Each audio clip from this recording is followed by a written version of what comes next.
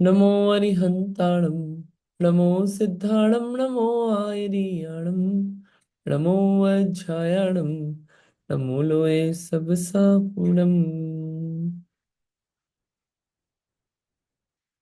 जीवं जीवमदवा जिणवरवसेन जैन निड्डिठम् देविन्दुबिन्दुवन्दं वन्दे तं सर्वदा सिरसा। पदस्थ ध्यान में जो पांच परमेष्टि के वचन बताए, ऐसे पांच परमेष्टि का स्वरूप हम देख रहे हैं। अनंत सिद्ध आचार्य उपाध्याय का देख लिया गाथा नंबर 53 तक। गाथा नंबर 54 आज पढ़ेंगे। अब निश्चय रत्नत्रयात्मक निश्चय ध्यान का परंपरा से कारणभूत बाह्य अभ्यंतर मोक्ष मार्ग के साधक परम साधु की भक्ति रूप और नमो लोय सब सावणम इस पद के उच्चारण जपन तथा ध्यान रूप जो पदस्थ ध्यान उसके ध्येयभूत ऐसे साधु परमेष्ठी का स्वरूप कहते हैं। ठीक है, साधु परमेष्ठी का स्वरूप कहते हैं। गाथापन पढ़ेंगे तो समझ में आएगी। दंसन नाण समगम मग्गम मोखस जो उचारितम साधयदि नित्य शुद्धम साहु समुनि नमो तस्। गाथा बहुत बढ़िया है, साधु परमेश्वरी का स्वरूप बताती है। इस गाथा को अपन देख लेते हैं द्रव्य संग्रह के अर्थ वाले उससे भी पूरा वर्ड टू वर्ड, ताकि एकदम क्लियर हो जाएगा कि चल क्या रहा है। दंसण नाण समगम यानी कि दर्शन ज्ञान समगम से समग्र है। समग्र है यानी कि परिपूर्ण है, दर्शन ज्ञान से परिपूर्ण है। मग्गम मोक्षस जोहू चारितम यानी कि मोक्षस यानी मोक्ष के मार्ग, जो हूँ चारितम जो यानी कि जो हूँ यानी कि निश्चय से चारित्र, चारित्र को जो मोक्ष के कारणभूत मोक्ष मार्ग भूत जो चारित्र है उसको क्या करते हैं, साध यदि साधते हैं। नित्य शुद्धम, नित्य शुद्धम यानी कि सदा, नित्य यानी सदा, शुद्धम यानी शुद्ध, सदा शुद्ध अर्थात राग द्वेष आदि नहीं रहते। साहू सो मुनि नमो तस्, वे साधु परमेष्ठी हैं, उनको नमस्कार हो। एक बार फिर बताते हैं। दंसन नाण समगम कैसे साधु दर्शन और ज्ञान से पूर्ण है, सम्यक दर्शन सम्यक ज्ञान से पूर्ण है। मग्गम मोक्षस जो हूँ चारितम साध यदि, कौन से चारित्र को साधते हैं, जो मोक्ष के मार्गभूत है ऐसे चारित्र को साधते हैं। और नित्य शुद्धम सदा शुद्ध, वो चारित्र कैसा है, शुद्ध चारित्र है, राग नहीं है उसमें। साहु सो मुनि, वो साधु मुनि, वो मुनि साधु परमेष्ठी हैं। नमो तस्, उनको नमस्कार हो। ठीक है। दो दर्शन जो ज्ञान दर्शन पूर्वक चारित्र की आराधना कर मोक्ष मार्ग में खड़े उन साधुओं को है नमन। अर्थ देख लेते हैं इसका, फिर टीका पढ़ लेंगे, समझ में आ जाएगा। दर्शन और ज्ञान से पूर्ण, दंसण नाण समगम, मग्गम मोक्षस मोक्ष मार्ग स्वरूप, सदा शुद्ध ऐसे चारित्र को जो साधता है। साध यदि जो हूं चरितम, साध यदि वह मुनि साधु परमेष्टि है। नित्यम शुद्धम साहु मुनि, साहु स मुनि नमो तस्, ऐसे वह मुनि साधु परमेष्टि, उनको मेरा नमस्कार हो। ये साधु परमेष्टि का स्वरूप आया कि हमेशा शुद्ध चारित्र को ही साधने वाले हैं। टीका पढ़ेंगे और विशेष समझ में आएगा। टीका पढ़ते हैं, पढ़िए टीका, किसी को पढ़ना है तो पढ़िए प्लीज।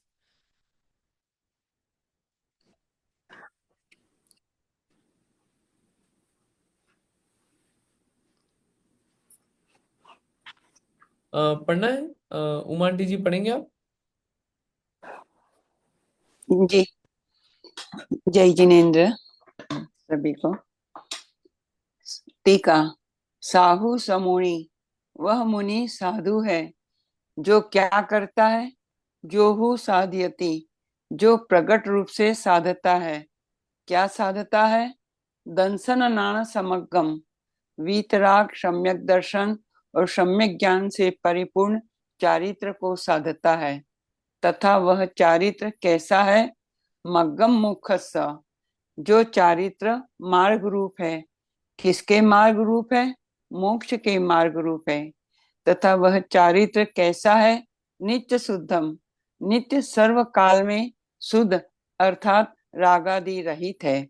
नमो तस्स, जो ऐसे गुण युक्त हैं उस साधु परमेष्ठी को नमस्कार हो। ठीक है, तो क्लियर है। विशेष जी। पढ़, विशेष पढ़िए। जी। विशेष।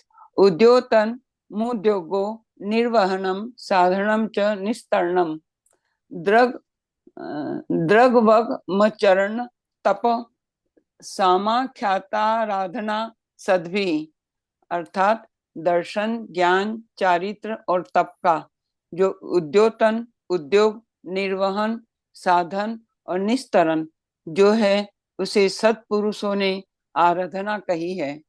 इसी आर्या छंद में कथित बहिरंग चतुर्विद दर्शन ज्ञान चारित्र और तप आराधना के बल से और सम्मतम सन्नानम सच्चारितम ही सत्तवो चेव चौरो चिट्ठई आदे तमहा आदाहु में शरणम, सम्यक दर्शन सम्यक ज्ञान सम्यक चारित्र और सम्यक तप, ये चारों आत्मा में निवास करते हैं। इस कारण आत्मा ही मुझे शरणभूत है। इस गाथा में कथित अभ्यंतर ऐसी निश्चय चतुर्विध आराधना के बल से बाह्य अभ्यंतर मोक्ष मार्ग जिस बाह्य अभ्यंतर आराधना का दूसरा नाम है उसके द्वारा जो वीतराग चारित्र के अविनाभूत निशुद्धात्मा को साधता है अर्थात भाता है वह साधु परमेष्ठी है। उसे ही मात्र सहज शुद्ध सदानंद माने नित्य आनंद की अनुभूति जिसका लक्षण है ऐसा भाव नमस्कार और नमो लोए सब साहुनम ऐसा द्रव्य नमस्कार हो। इस भांति उपरोक्त प्रकार से 5 गाथाओं द्वारा मध्यम प्रतिपादन से पंच परमेष्ठी का स्वरूप जानना। अरुहा सिद्धा इरिया उवज्जाया साहु पंच परमेठी, तेवीहु चिट्ठई आदे तमहा आदा हूं में शरणम, अर्थ अथवा निश्चय से जो अरहत सिद्ध आचार्य उपाध्याय और साधु ये 5 परमेष्ठी हैं वे भी आत्मा में स्थित है। इस कारण आत्मा ही मुझे शरण है। इस गाथा में कहे अनुसार संक्षेप में पंच परमेष्ठी का स्वरूप जानना और विस्तार से पंच परमेष्ठी के स्वरूप का कथन करने वाले ग्रंथों में से जानना। सिद्ध चक्र आदि देवों की पूजन विधि रूप मंत्रवाद संबंधी पंच नमस्कार महात्म्य नामक ग्रंथ में से उसका स्वरूप अति विस्तार से जानना।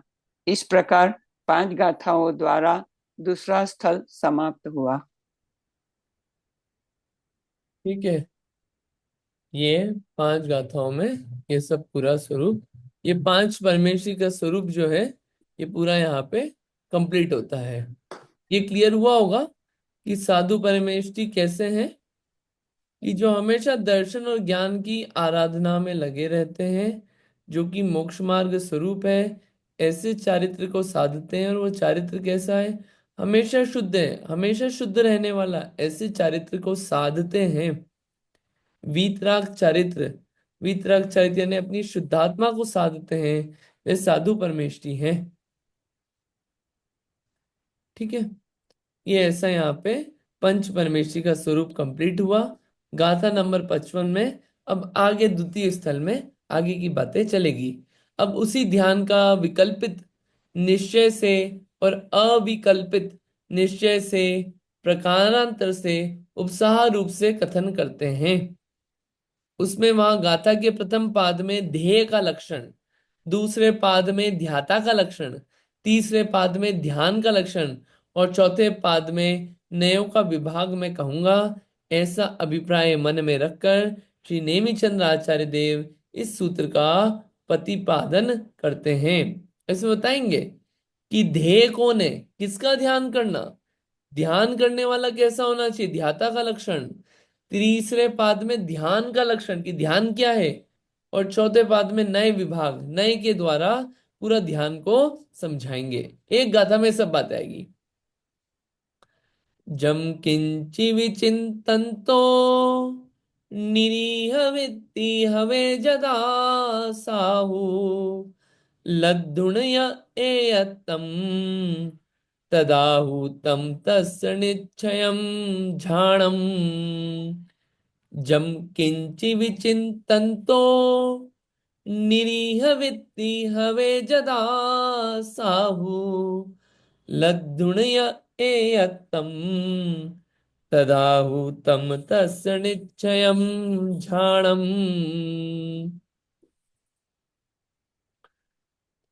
ध्यान का लक्षण। जम किंचिवी चिंतन्तो निरीह वित्ती हवे जदा साहू।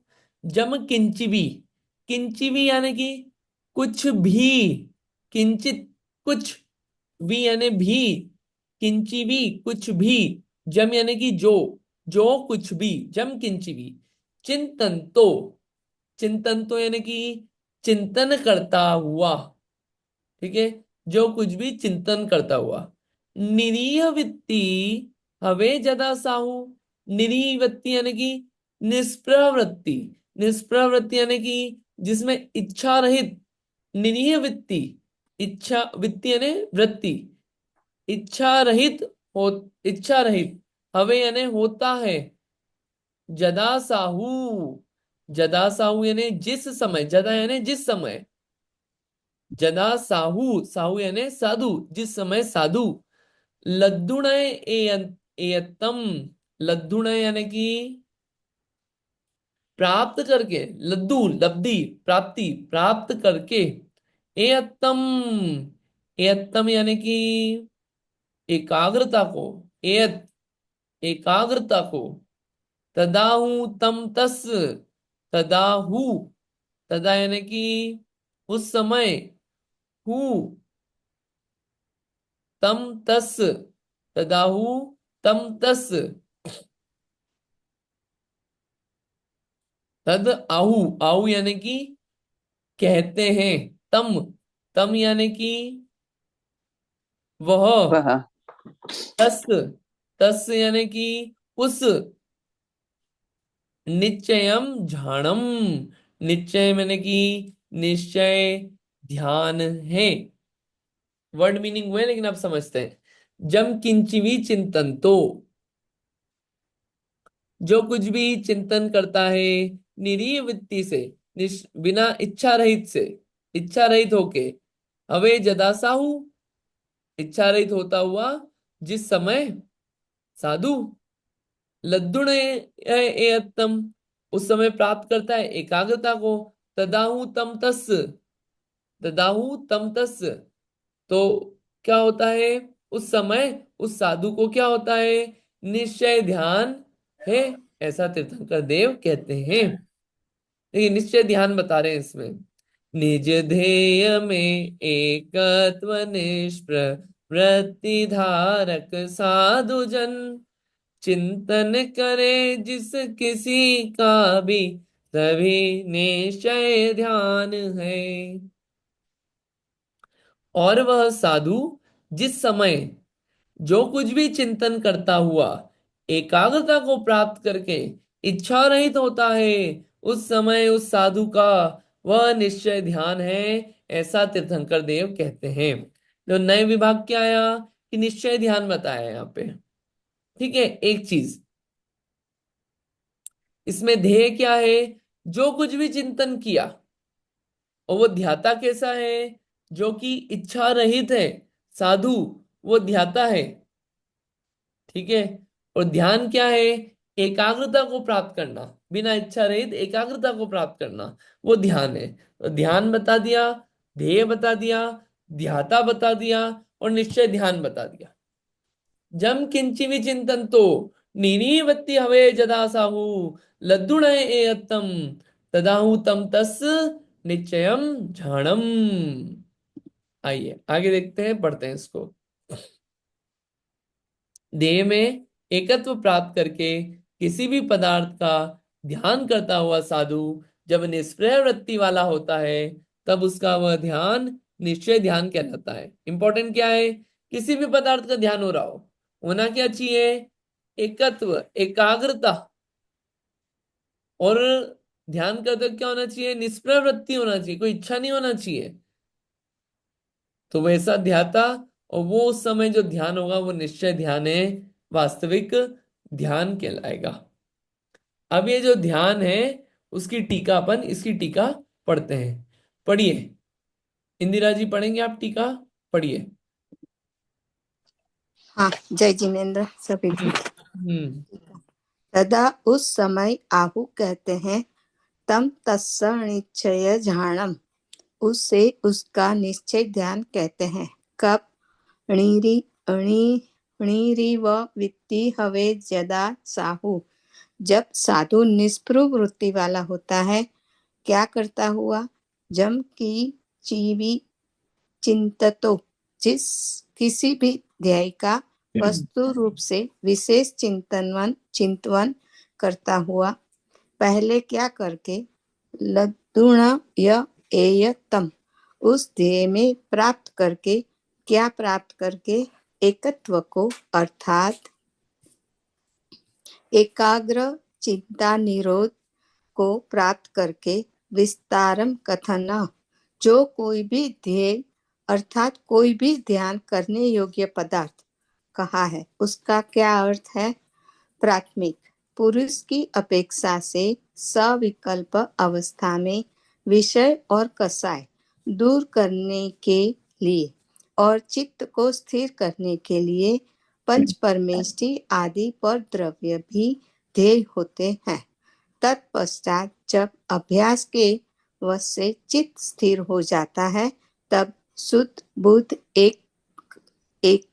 एक स्वभावी निज शुद्धात्मा का स्वरूप ही ध्येय होता है, तथा निष्पृह शब्द से मिथ्यात्व, तीन वेद, हास्य, रति, अरति, शोक, भय, जुगुप्सा, ये 6 और क्रोध, मान, माया, लोभ, ये 4, इन 14 अभ्यंतर परिग्रहों से रहित और क्षेत्र, वास्तु, चांदी, सोना, धन, धान्य, दासी, दास, कुप्य और भांड, इन 10 बहिरंग परिग्रहों से रहित ऐसा ध्याता का स्वरूप कहा है।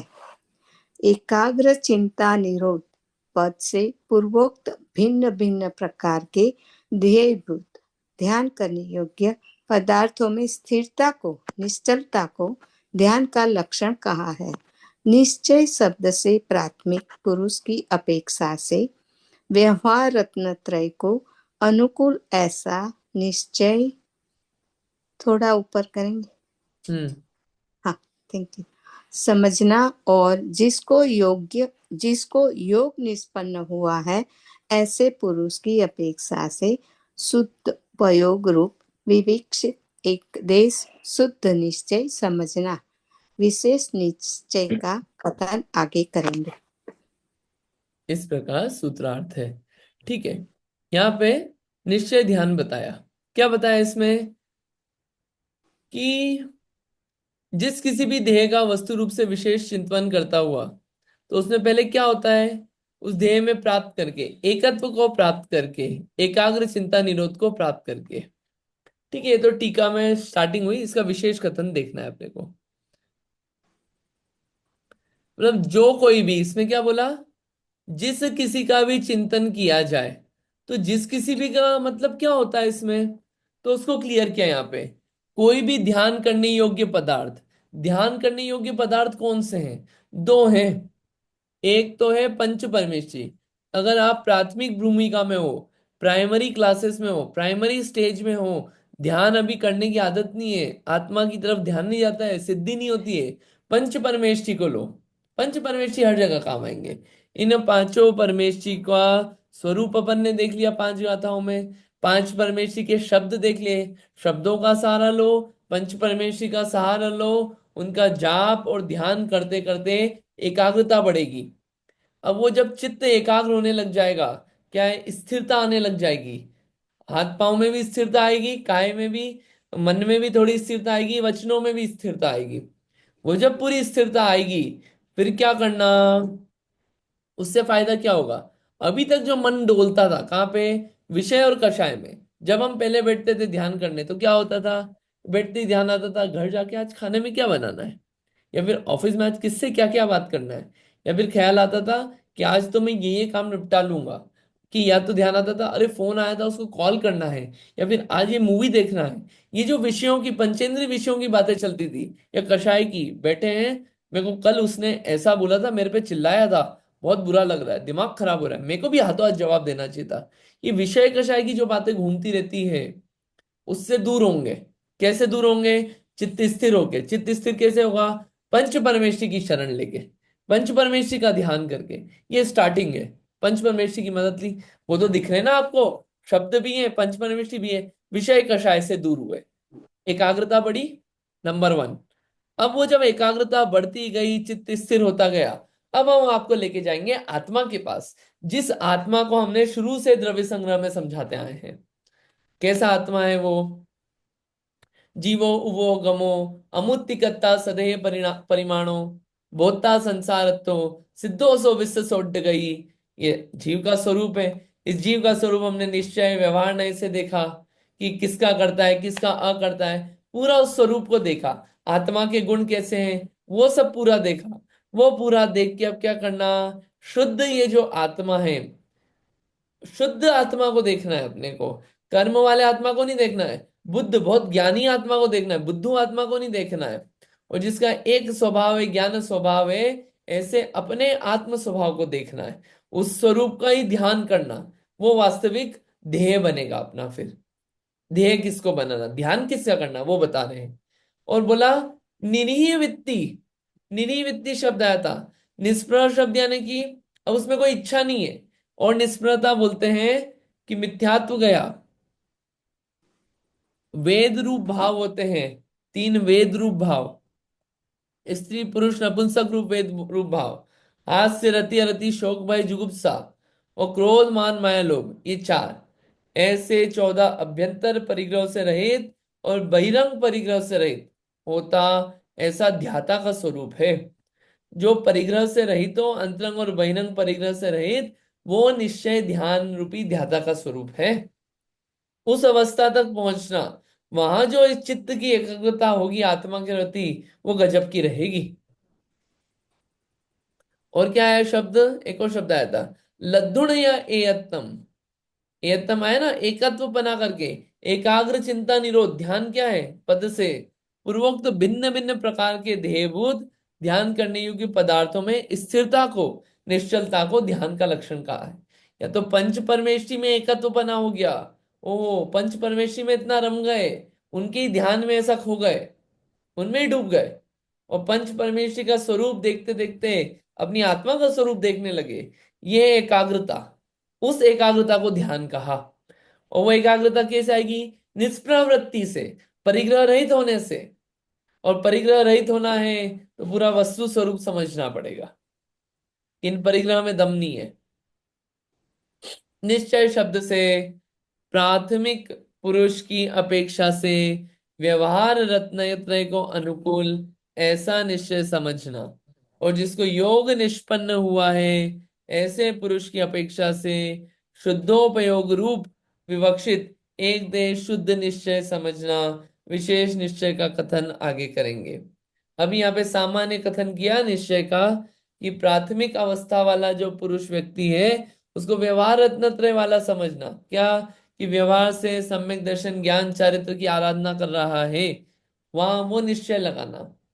और जिसको योग निष्पन्न हुआ है, जो मन वचन काय में स्थिर हो पा रहा है, ऐसे पुरुष की आप बात करो तो क्या है, शुद्ध उपयोग रूप हो गया, अपनी आत्मा में स्थिर हो गया। वो एक देश शुद्ध निश्चय समझना, वो भी पूर्ण शुद्ध निश्चय नहीं, ऐसा कथन यहाँ पे समझना चाहिए। ठीक है, तो यहाँ पे एक बात आ गई, पहला ध्येय करने ध्यान करने वाला ध्येय कौन है, पंच परमेश्वरी और अपना आत्मा। ठीक है, और क्या करना, कैसा होना, निष्प्रवृत्ति वाला, यानी कोई इच्छा नहीं है, परिग्रह नहीं है, ध्याता का लक्षण। ध्यान क्या, एयतम, उसमें एकाग्रता, ये ध्याता। और ध्यान क्या, ध्यान और ये निश्चय से ध्यान का स्वरूप यहाँ पे कहा गया है। ये पूरा अपना जितना हुआ, ये क्या है, ध्यान। ठीक है, यहां तक क्लियर है। एक बार और गाथा देख लेते हैं ना। जम किंचि विचिंतन तो निरीह वित्ति हवे जदा साहू, लद्दुण य एयतम तदाहु तम तस्य निश्चयम झाणम। इतना पढ़ के इतनी बात समझ में आ जाती है क्या, कि अब ध्यान करना है। देखिए अपन क्या है, स्वाध्याय कर लेते हैं, पूजन कर लेते हैं, लेकिन ध्यान आवश्यक है साथ के साथ। ध्यान का इसलिए बता रहे हैं कि थोड़ी देर बैठ के, कोई वहां पे डिस्टरबेंस नहीं, ना कोई मोबाइल, ना किसी की जरूरत है, बैठ गए बस। अब उस वक्त कोई वांछा ना करें, बस बैठे। शुरू में होगा सब चीजें दुनिया भर की याद आएगी, तो क्या करना उससे बचने के लिए, शब्द लो, शब्दों का सारा, और शब्दों को उच्चारण कर करके। ओम अपन ने पढ़ा था ना, पणतीस सोल छप्पन, चदु दुग मेघम, आया था ना, जाब झाणम और परमेट्टी बाचियाणम, और बाकी गुरुओं से जो जाने, ऐसे मंत्रों का उच्चारण करो। तो असी आउसा, या फिर नमोकार मंत्र, या अरियंत सिद्ध आचार्य उपाध्याय साधु, अरियंत सिद्ध, या सिर्फ अरियंत, या फिर सिद्ध, या ओम, कुछ भी अक्षरों का, या और गुरुओं से जो मंत्र जाने हो अपन ने, उन मंत्रों का सहारा लें और क्या करें, ध्यान करें। वो ध्यान करें अपन, और उस ध्यान को करने के लिए, मतलब वो ध्यान करते शुरू में अपने वो सब चीजें याद आएगी, घर की, गृहस्थी की। ऐसा मन होएगा, उठो उठो उठो उठो, कब उठूं मैं, कब कंप्लीट हो। तो उस वक्त अपन ने क्या काउंटिंग ली, कि हम क्या करेंगे, 108 बार बोलेंगे धीरे धीरे। अब बोलो 108 बार, आपको कम से कम 15 मिनट बैठने की आदत हो जाएगी। और फिर 15 मिनट हुई, और फिर आप क्या करना, धीरे धीरे जो पांचों परमेश्वरी का स्वरूप है, वो विचारते विचारते आप ध्यान करना। तो क्या होगा, 15 से 30 मिनट बैठने की आदत हो जाएगी, 30 से 1 घंटे। फिर वो जो एकाग्रता जमेगी शब्दों से, एक आदत पड़ गई शरीर को, बॉडी को, मन को बैठने की। फिर उसके बाद आत्मा का स्वरूप जो पड़ा है, आत्मा का विचार करें, तो विचार करने की आदत पड़ेगी। और जो एकाग्रता, यही एकाग्रता, यही ध्यान जो है, अपने को फल देगा वास्तव में। और सबसे बड़ा तप जो है, अभी 10 लक्षण धर्म चल रहे हैं, आज उत्तम तप धर्म है, 10 लक्षण पर्व चल रहे हैं अभी। सबसे बड़ा तप कौन सा, ध्यान।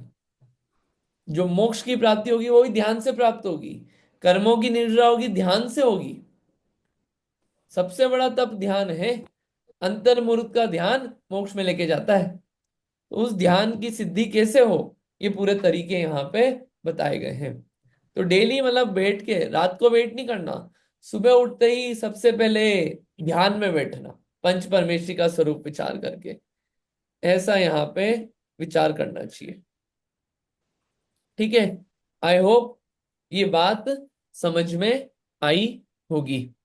अब इसके आगे की गाथा नंबर 56, अपन गाथा नंबर 56 लेंगे, अभी आज ही लेंगे, लेकिन अभी तक अपने को ये बात पूरी समझ में आई होगी कि मोक्ष मार्ग, रत्नत्रय आदि अगर ये प्रकट करना है, तो उसके लिए ये मोक्ष मार्ग का स्वरूप, ध्यान, आत्मा, वस्तु स्वरूप, परमेष्टि, इनका विचार करना होगा।